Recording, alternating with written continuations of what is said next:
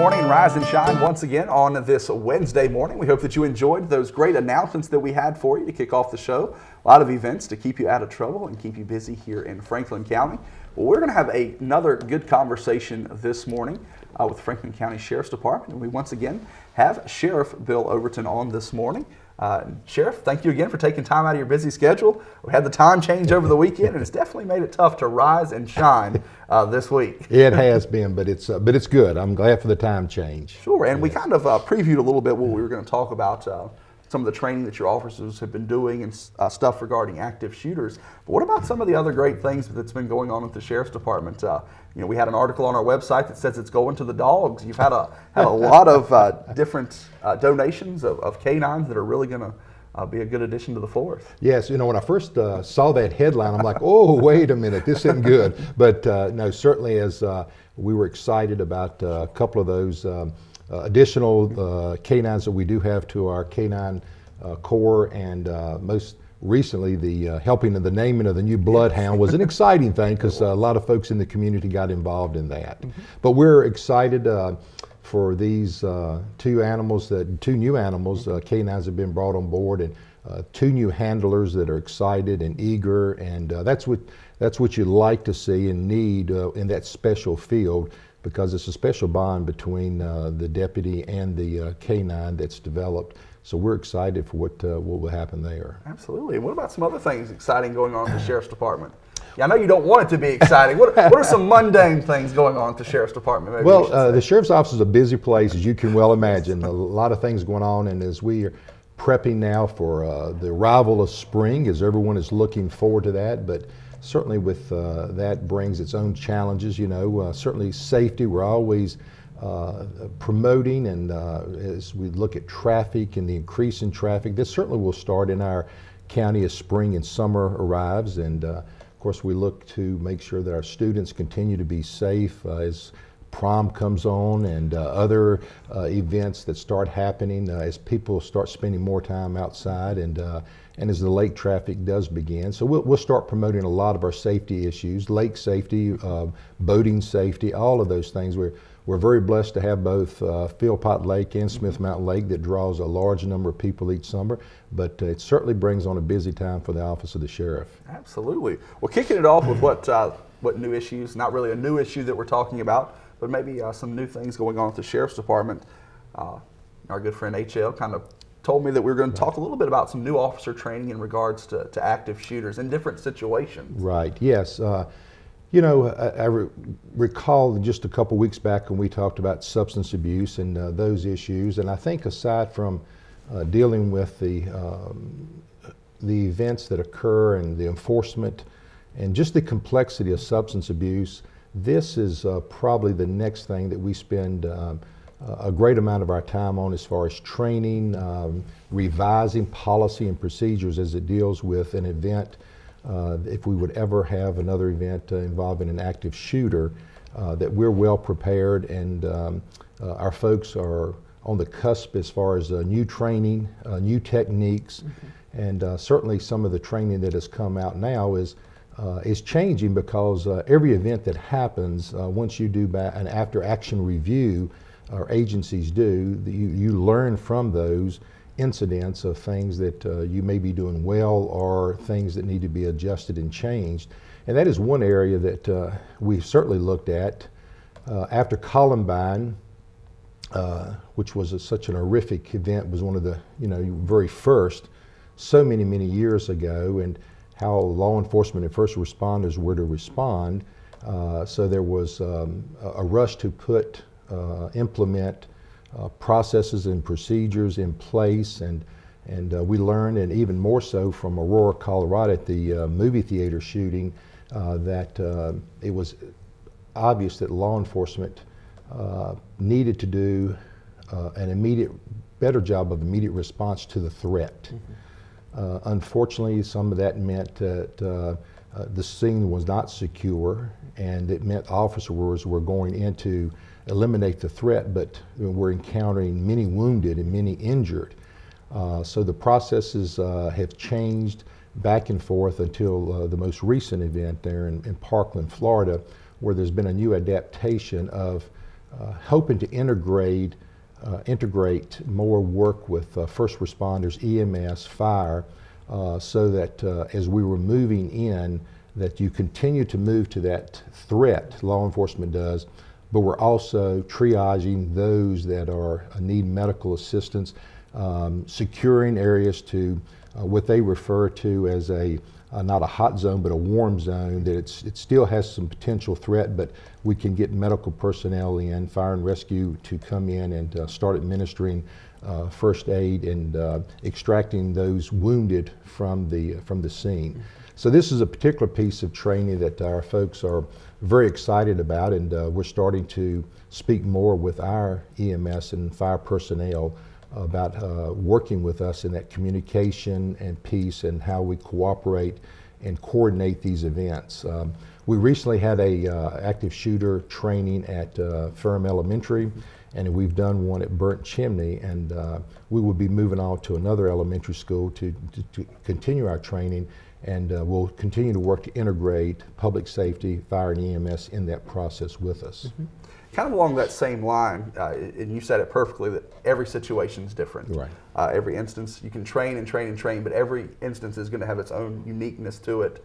But as far as for the general public, if you find yourself, heaven forbid, in an active shooter situation, what are some things that they need to do that would help police and help, first responders that may not first come to mind when you think of, I'm in an active shooter situation?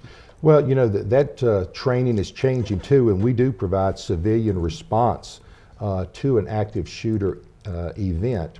And we would highly recommend any group, church group, or any other organization, and even just private citizens that would like to get folks in their neighborhood or family involved, that we would like to present that training, because we have gone from a standard of training from run, hide, and fight to now it's more of a avoid, deny, and defend process. That's the training highlight aspects that they press now.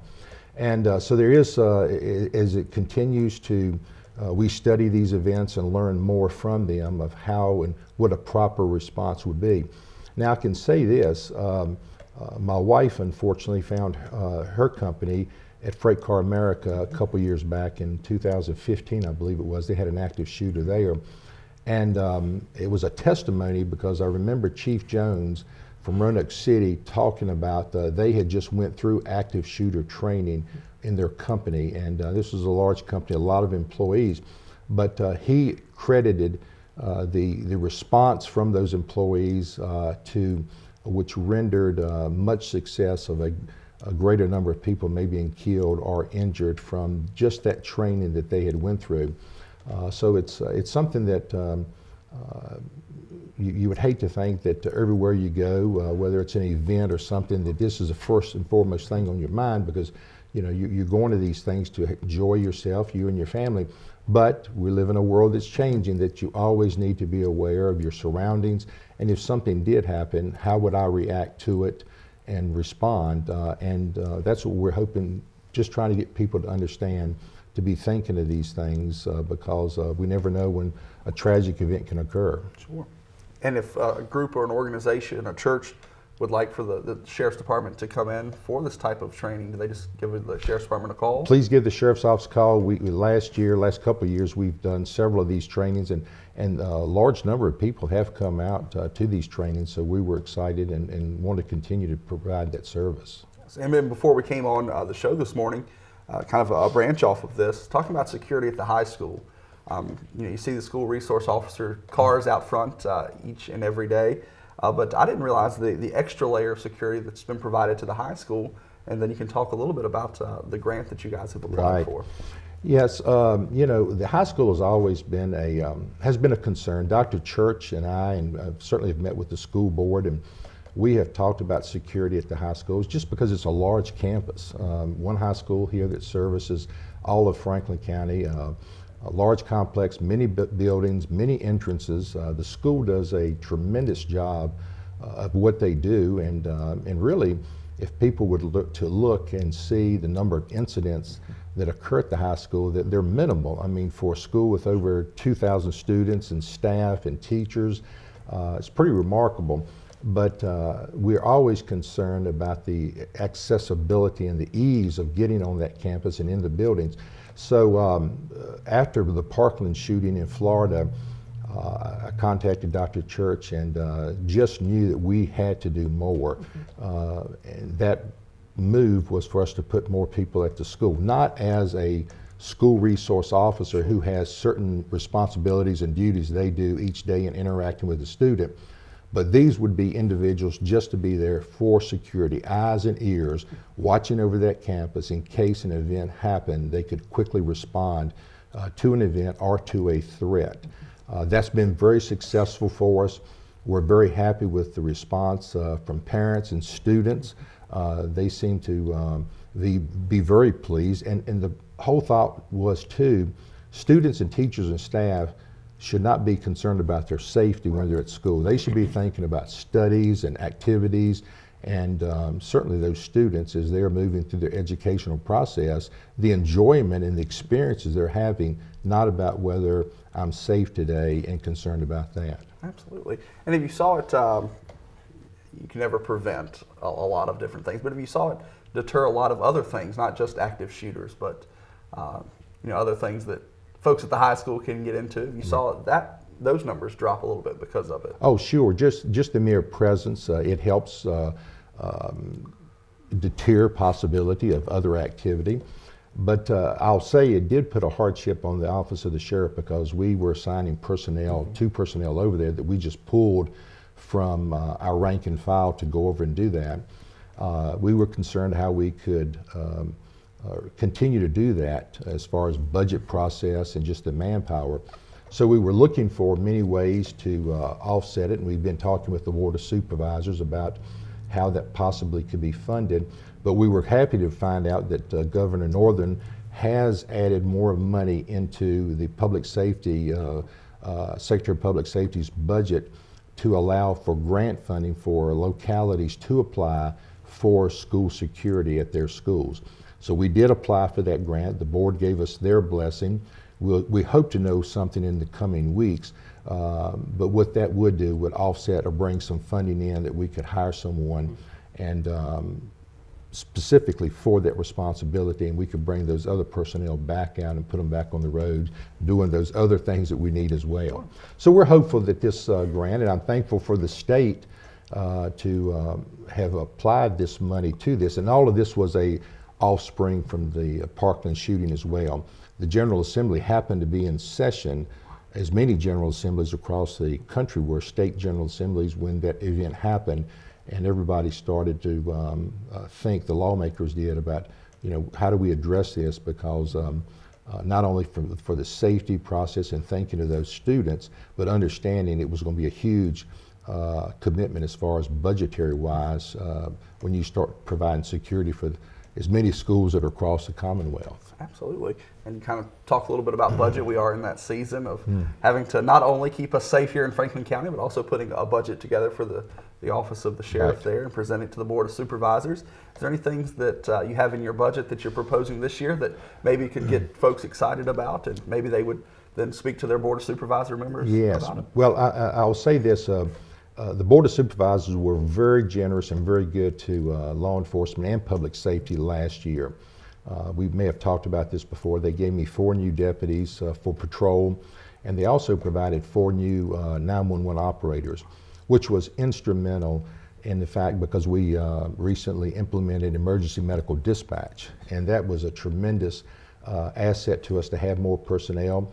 I recently met with Glade Hill Fire Department at their annual dinner this week and was able to report back to them, because a year ago I was telling them that these were things that we were wanting to put in place, the emergency medical dispatch, and in particular for them and all of our first responders throughout the county had shared with us that they were hoping as the 911 center grew that we could have dedicated operators to assist them indirectly. Right now, they just share the responsibilities.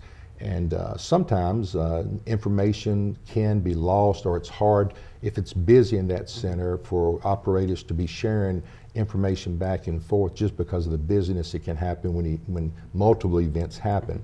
So now with the addition of more personnel in there, we're able to dedicate now one operator, say, that's received a call of a major accident or whatever the event may be, that they can stay with that call and be totally familiar with all responding units, command staff, and all of that, and the information flows through one operator, not multiple operators.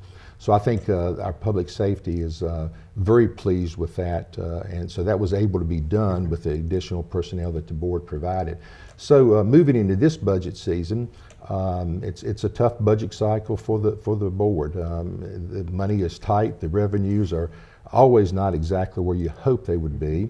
But so we are understanding of that, and we are not looking for any huge increase in our budget. But again, the board is certainly looking at the data that we're providing them as crime trends and issues, back to the substance abuse things we're dealing with, and I feel confident that they will respond back in an effort to help us in every way they can. We've been talking about active shooters and active shooter scenarios and different training that the Sheriff's Department has been involved in, but it's also multifaceted. It's not just the Sheriff's Department, it's state police, it's first responders, EMT, fire, all of those are involved in these type of situations. Great point, and that is one area that we really have to concentrate our efforts on, is the communication piece. All of these after action reviews that you discuss and you talk about from agencies that have been through this scenario or these type incidents will tell you that communications is of the essence, but it seems like it's always a breakdown. It's a very difficult piece just because of the number of entities and people that are responding. And in many cases, when you have a large incident, the 911 center is just so inundated with calls and information. I mean, it can shut down systems. So again, it's a good information for our community to understand and receive as far as when you have major incidents. Please don't get discouraged if you can't get through, or I mean, people want to help as much as they can as far as sending text to the 911 or calling, but understand the systems can be overwhelmed pretty fast. We found that to be very true in the recent technology that we put in place at all of the elementary schools, and that's our Cop Sync, where it's an automatic alert system, a real-time alert system that teachers have access to from their computers in their classrooms, and administrators and staff have, in case there was an active shooter in their schools. They can hit this alert. We are notified immediately, and the process starts in place where deputies in the 911 center knows exactly where the threat is coming from at that particular time.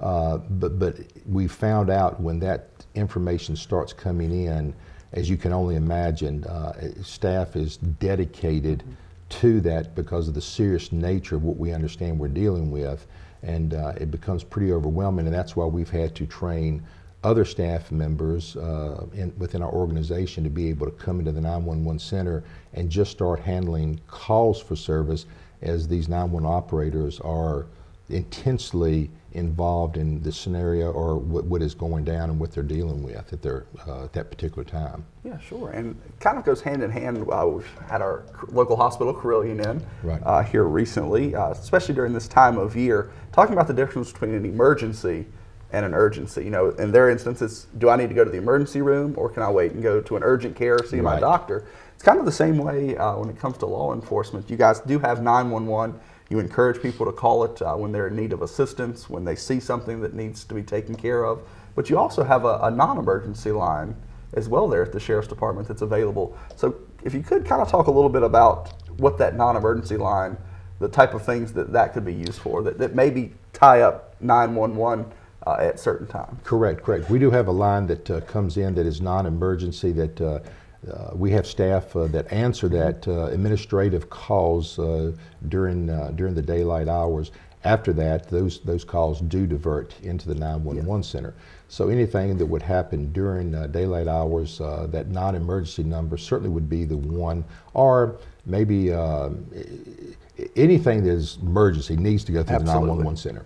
But if a person's thinking, well, I don't know, this really doesn't fit the mode of an emergency, certainly better to dial that non-emergency line, 483-3002. But again, if you were not to get an answer there from after hours or weekend, those calls are automatically switched over to our 911 center. So someone should not think that they're not getting a person on the other end. If they have an emergency, they will. Absolutely. Well, is there anything else that we could talk about this morning? I do know one big thing. You've announced your re-election, and that's hard to believe. It's going to be coming up here fairly soon. Well, it is, and thank you for bringing that up. Sure. It's a big thing certainly for me this year, as all of the elected officials that are. It's that time for election season cycle here in Franklin County, and I know I've talked to a lot of people already that, like you said, it's hard to believe 4 years. We're entering that 4th year, but I'm excited. When I made the decision that I would seek a 3rd term, certainly gave it a lot of prayer and a lot of thought and discussion with my family. And I believe we've done some really wonderful things at the office of the sheriff. I've got a tremendous staff that does an excellent job, and looking at the things that we've accomplished, and there's other things that we want to do, and still realizing the challenges are so great for our community, and certainly the areas of concern, as we've talked about, substance abuse, safety in our schools, crime in general. I just want to continue to provide leadership from the office of the sheriff to work in those areas to make Franklin County a safe and wonderful place. And excited about this year, and excited about hopefully becoming re-elected, and things that I want to accomplish over the next 4 years. Absolutely. And if you're out there and you need more information about what's going on at the Sheriff's Department, you can't get enough of our monthly sit down together, be sure, if you're on Facebook, go in, type Standing Watch, just do a quick search for that. It'll be one of the first things that shows up there. If it's not the first one, you can see all of the great things going on at the Sheriff's Department when they need assistance, if they're looking for maybe different individuals. You can see all of the different school visits they go on, but just all of the things going on there at the Sheriff's Department's a great way to stay connected with what's going on. And we thank you again for coming out here on this Wednesday morning, and we look forward to all the great things that are going to happen between now and our next visit next month. Sounds great. Thank you very much, Kevin. Absolutely. Always.